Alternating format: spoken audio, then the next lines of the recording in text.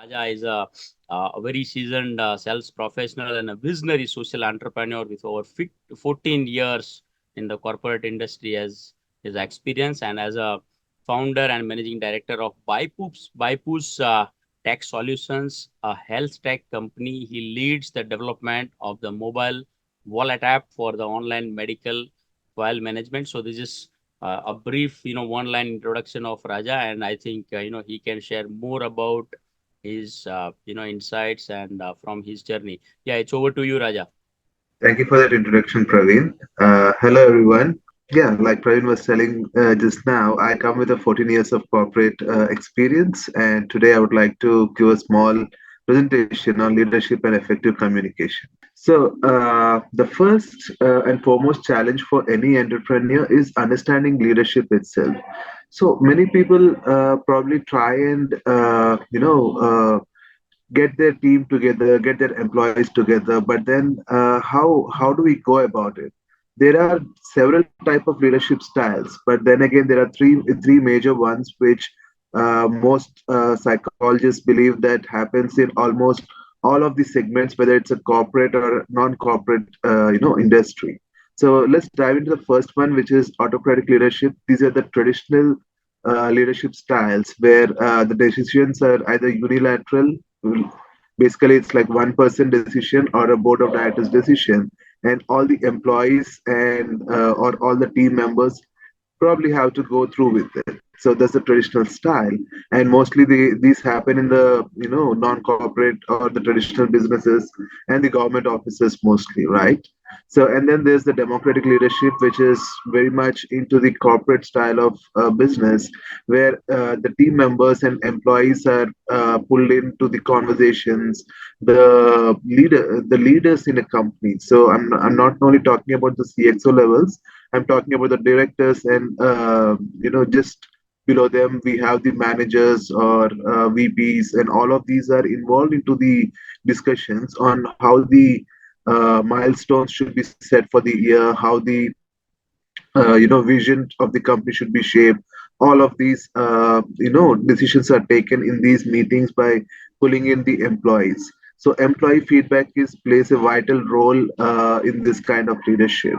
And then we have the transformational leadership. This leadership is especially for the startups, and not only for the startups, we also have startups are primary, but then again, in the evolving landscape of new companies and new work models, especially with the COVID and everything hitting in, everyone wants to work from home. Everyone wants to have their freedom and choice of working style. So these kind of decisions cannot be taken unilaterally or even through democratic leadership. The founder or the CEO has to inspire and motivate. He or she needs to understand what the employee is thinking. And because of the hierarchy levels, most employees might be hesitant, but one should be in such a position, or the employee should be in a position to feel comfortable enough to share their thoughts. And how do they share their thoughts? When the leader or the leadership is inspiring and motivating. We'll further delve into this, but these are the three major areas of leadership. Now, so what are some of the key components of effective leadership? So this is again very much said. The clarity, continuity, and communication are the three pillars of effective communication. So first, what is clarity? Most psychologists, established psychologists, always tell their leaders or employees, whenever they're facing a challenge, whenever they're building something new, or whenever they're building a roadmap, always jot it down on a piece of paper.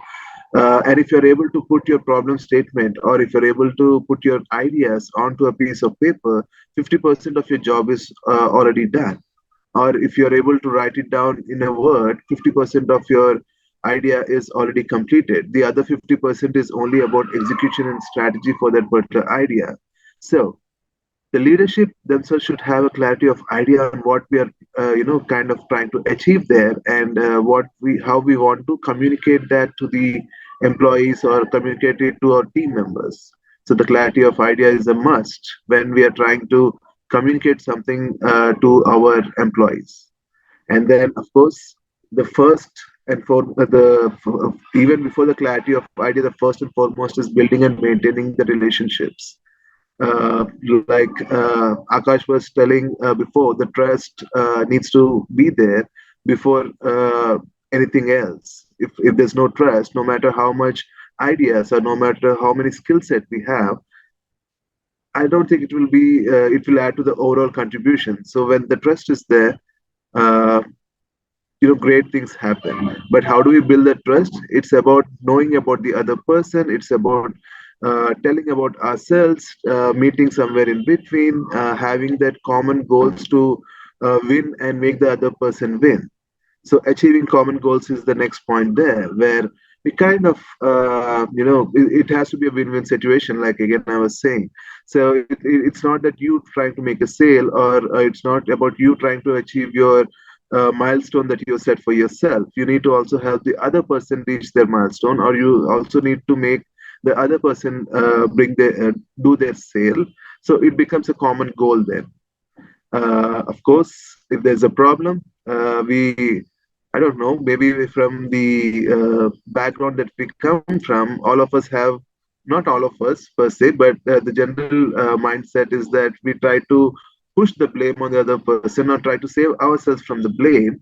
But rather than that, if you're able to communicate properly and try to solve the problem properly, so everything that problem becomes an opportunity for us and the other person to grow into our better selves.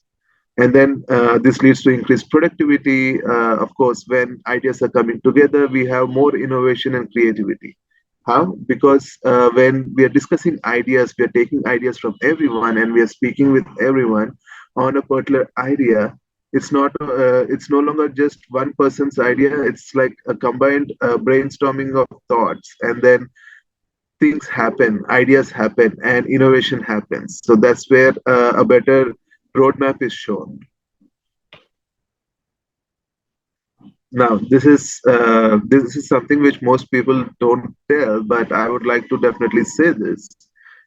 Don'ts of an effective communication. The first is, of course, lack of clarity, which I mentioned before.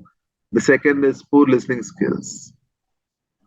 And I want to really focus on this. All of us as entrepreneurs and leaders should not do this.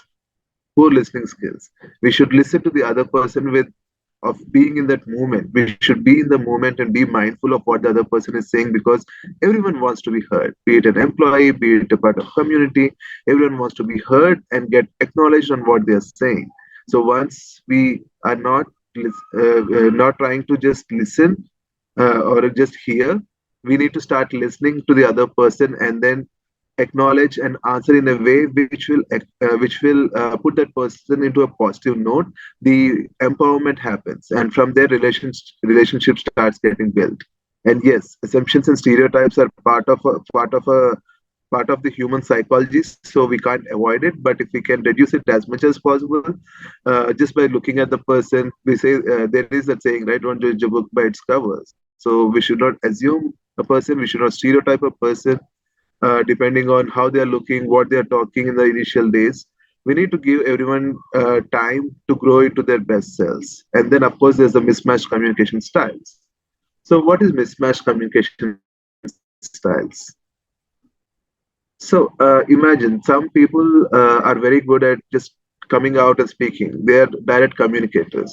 And then there are some people who are like, indirect communicators, where they can't speak directly, but with given enough encouragement and positive uppulling of those particular people, they can communicate like that in terms of what their ideas are, what best we can do. And then there are the diplomatic people. So these people don't tend to offend anyone, but they don't tend to open up very quickly either. So the different type of people having different kind of communication styles. So the leadership should be in a position to understand uh, which person is communicating in which way, and accordingly they need to probably match their style and pull up those kind of people. And here, of course, the worthwhile mention is the hierarchy and power dynamics. Whenever people are in a hierarchy or in a company, basically in the corporate style or in a traditional businesses, uh, the employees are part of the power hierarchies. When someone is in the top level, they don't tend to kind of cross them in correcting them, because they are hesitant either to lose their jobs, or they're hesitant to either not offend the other person. So again, how do we kind of get into their communication style? So we need to ask questions. We need to ask questions on what the other person is thinking, what the employee is thinking, what the team members are thinking, or what their community is thinking. Now, so this is building a effective leadership style who is able to communicate. So the first, the primary aspect of the effective leadership style is building the emotional intelligence. So, what is emotional intelligence? So everyone has different levels of emotional intelligence. Everyone is have their own style of communicating. So. How do we communicate? So this is the part where I was saying you have to actively listen, and then clear and crisp language, understand, kind of get the body language in order. First, the leader themselves, and then understand the employee or community members' body language, and then give them feedback and take feedback. And everyone's time is very much important, right? So, if one person is speaking for 20 minutes and the other person is only getting 10 minutes, some might feel valued, some might feel undervalued. So, effective time management while speaking and taking inputs are very much important.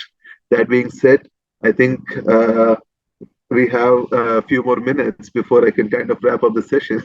So, yes, of course, the final one is the positive reinforcement. You always need to have that joyful smile and face while speaking and taking feedback, so that everyone is willing to speak with you. Everyone wants to kind of communicate what they are thinking without feeling the fear of being judged.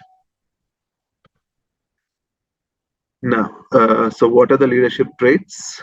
Vision and purpose. Like I said, if you're able to put a vision into a piece of paper, 50% is already done. The rest 50% is only about how to execute it. But then again, what is the purpose of it? What is the purpose of your vision? Are you trying to solve a problem statement? Are you trying to, pull up the other person just sitting beside you and has a lot of potential, but somehow they're not able to communicate? So, what is the purpose of your vision? Next, we have the effective communication. This is already discussed. And then employee empowerment. So, again, since I've come from a corporate background, my focus was more on the employee empowerment, but here it can be part of the community empowerment. How do we empower community? Like just before the session was being started, we were discussing how do one empower our community, right? So trust, credibility, not making the sale, but connecting with the other person and building the trust and relationship is how it goes. And then accountability. So if you're taking up a task, if someone is referring you to get a task done, that accountability is on you. You need to get the task done but in all positive ways. And then the team well-being. So if you're making your own circle of founders, if you're making your own circle of team members, you need to make sure that your team performs well in whatever they want to achieve. And when your team is performing well, you are doing well. So thank you everyone. Thank you for this time. Thank you, Praveen, for the opportunity.